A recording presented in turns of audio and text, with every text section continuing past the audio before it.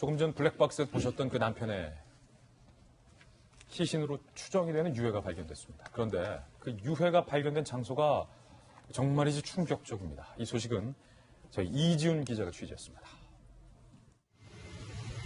경찰이 산더미처럼 쌓인 쓰레기 더미를 수색합니다. 경찰 병력 60명과 함께 경찰견까지 투입됐습니다.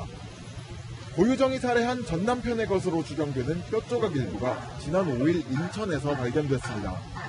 범행 이후 11일만 범행 장소인 제주 펜션과는 500km 가까이 떨어져 있습니다.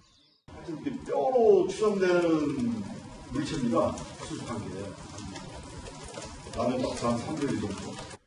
고유정은 지난달 25일 제주도 펜션에서 전 남편을 살해한 뒤 완도행 여객선에서 훼손된 시신 일부를 바다에 버렸습니다. 이후 경기 김포시 아버지 소유의 아파트에서 남은 시신을 또다시 훼손해 쓰레기장에 버렸는데 이때 유기한 시신 일부가 발견된 걸로 보입니다.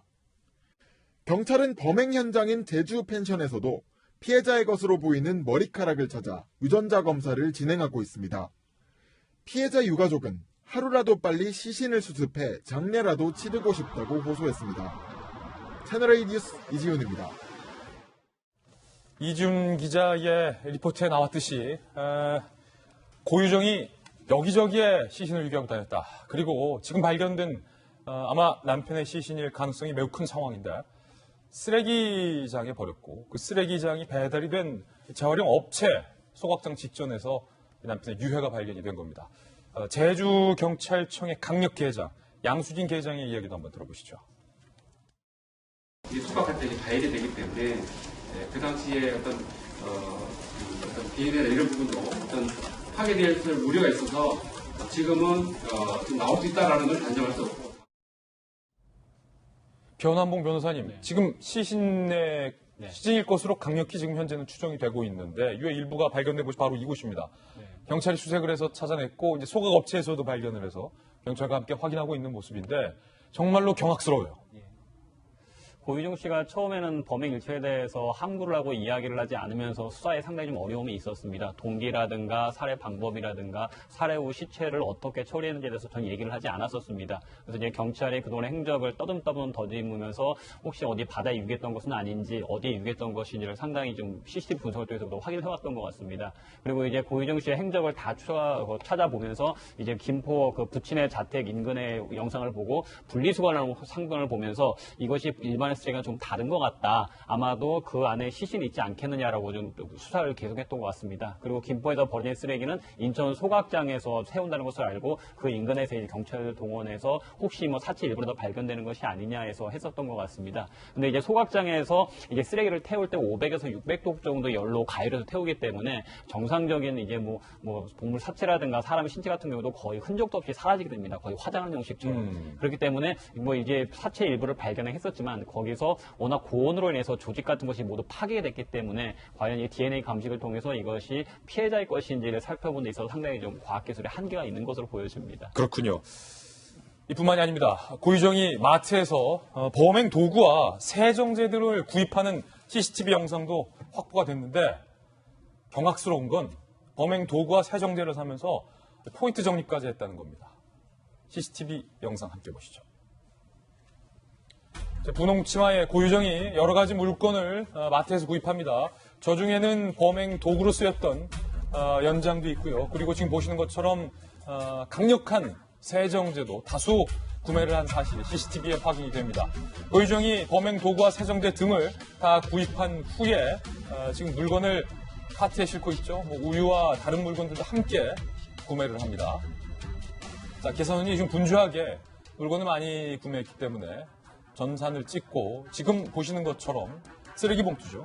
쓰레기 봉투를 꺼내서 계산원이 세는 영상도. 근데 지금 이 장면, 핸드폰 어플리케이션에 있는 포인트 적립을 하고 있는 장면까지 선명하게 CCTV에 포착이 됐다는 겁니다. 범행 도구도 그리고 범행 이후에 어떻게 사건 현장을 정리할 세정제를 사면서 그러니까 전 남편을 죽일 계획을 짜면서 포인트 적립까지 지금 하고 있는 모습이 CCTV에 포착이 됐다는 겁니다. 다시 한번 보시죠. 바코드로 포인트 적립하는 장면. 확연하게 볼 수 있습니다. 허은하 소장님, 네. 이 충격적인 장면 도대체 우리가 어떻게 받아들여야 됩니까? 너무 끔찍한 것 같아요. 지금 포인트 정립을 한 다음에 포인트 정립이 잘 됐는지 다시 한번 확인해요. 네. 어떻게 저럴 수가 있죠?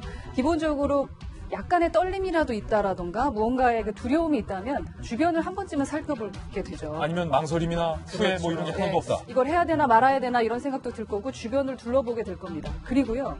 그 물건을 다시 한번 확인해요. 진짜 다 실렸는지. 정말 저 영상을 보니까 더 끔찍하고 정말 고유정은 인간이 아니구나. 동물보다도 못한 사람 같다.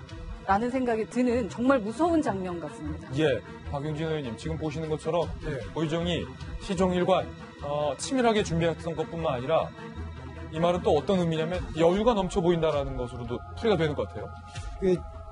처음에 이 사건이 워낙 끔찍하고 있을 수 있는 일인가라고 하는 강력한 사건, 살인 사건이어서 아마 저뿐만이 아니라 많은 분들이 똑같이 생각하셨을 거예요. 우발적으로 또 서로가 그동안 이혼 과정, 같이 살았던 과정, 그리고 이혼 과정, 그리고 더 나아가서는 아이 면접권과 관련된 소송 과정 등에서 분노가 쌓여 있다가 우발적으로 벌어진 일 정도로 생각을 했었거든요. 그런데 지금 저 화면을 보면서 그러니까 범행에 쓰여질 것으로 추측되는 여러 도구들을 구입을 하고 또 그 구입한 물품들에 대한 포인트까지 정립하는 모습을 보면 이거는 계획 범행이고요. 계획 범행이다. 예. 그리고 어떻게 시신을 처리할 것인지에 대한 계획까지 다 지금 세워놓고 관련된 물품들을 세정제를 비롯한 관련된 물품들을 구입을 하고 그런 다음에 포인트 정립을 한다. 참 뭐라고 얘기를 해야 될지 잘 모르겠고요. 이게 지금 우발적인 사고가 아니라 사건이 아니라 계획범죄라고 하는 것이 드러나면서 또 그 피해자가 끔찍하게 시신이 유기되었다라고 하는 사실이 점점 확인이 되면서 저는 걱정은 지금 아이입니다. 남겨진 아이. 아빠는 그렇게 끔찍하게 돌아가셨고 엄마는 살인자로 남겨진 아이는 이제 어떻게 해야 되나. 예. 엄마의 얼굴까지 다 공개됐고요. 부탁인데 그 삼촌 그리고 아마 그 할아버지 등이 계실 텐데 우리 친가든 외가든 우리 어른들이 남겨져 있는 어른들이 이 아이를 정말로 잘 보살펴 주시길 부탁드리겠습니다. 예. 안타깝습니다. 배종찬 소장님, 네. 지금 저 사건, 끔찍한 사건이 발생한 곳은 제주도. 네. 인근 주민들도 아마 많이 놀랐을 것 같은데 제주 지역 주민들의 여론은 좀 어떻습니까? 경찰 수사에 고개를 갸우뚱거리는 상황이 속속 나오고 있어요. 경찰 수사에. 네. 인근 지역 주민들은 이 경찰이 초기 대응입니다. 초동 수사. 이 초기 대응을 빨리 했으면 범인 고유정 씨가 육지로 가지 않았고 시신을 유기하지 않을 것이다. 이렇게 비판을 하고 있고요. 네. 한 언론 보도에서는 이 실종 신고 이후에도 이 유가족이 수사에 결정적인 이 역할을 한 폐쇄해로 이 영상을 경찰에 직접 찾아준 뒤에야 수사가 본격. 이 경찰이 했어야 될 일이거든요. 경찰이 했어야 됐다. 예, 이렇게 경찰의 수사도 지적을 하고 있습니다. 60여 명이 지금 경찰서로 항의 방문을 했다고요? 그럼요. 네. 고유정에 대한 이야기 전해드렸습니다.